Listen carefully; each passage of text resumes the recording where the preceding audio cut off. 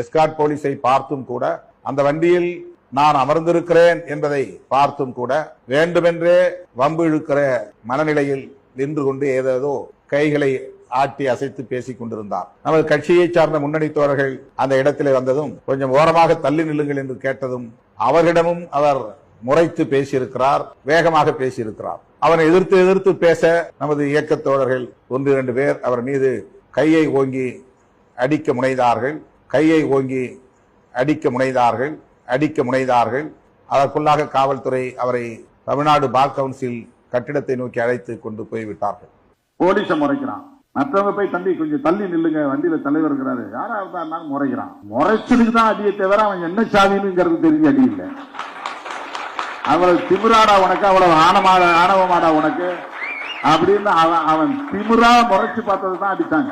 4 தட்டு தட்டினாங்க, ஒன்னும் ஒழுங்கா அடிக்கல, 4 தட்டு தட்டினாங்க. போலீஸ முறைக்கிறான், மற்றவங்க போய் தம்பி கொஞ்சம் தள்ளி நில்லுங்க, வண்டியில தலைவர் இருக்கிறாரு, யாரா இருந்தாலும் முறைக்கிறான். முறைச்சதுக்கு தான் அடியை தவிர அவன் என்ன சாதினுங்கிறது தெரிஞ்சு அடி இல்லை. அவ்வளவு திமிராடா உனக்கு, அவ்வளவு ஆணவமாடா உனக்கு அப்படின்னு அவன் திமிரா முறைச்சு பார்த்ததுதான் அடிச்சாங்க. 4 தட்டு தட்டினாங்க, ஒன்னும் ஒழுங்கா அடிக்கல, 4 தட்டு தட்டினாங்க.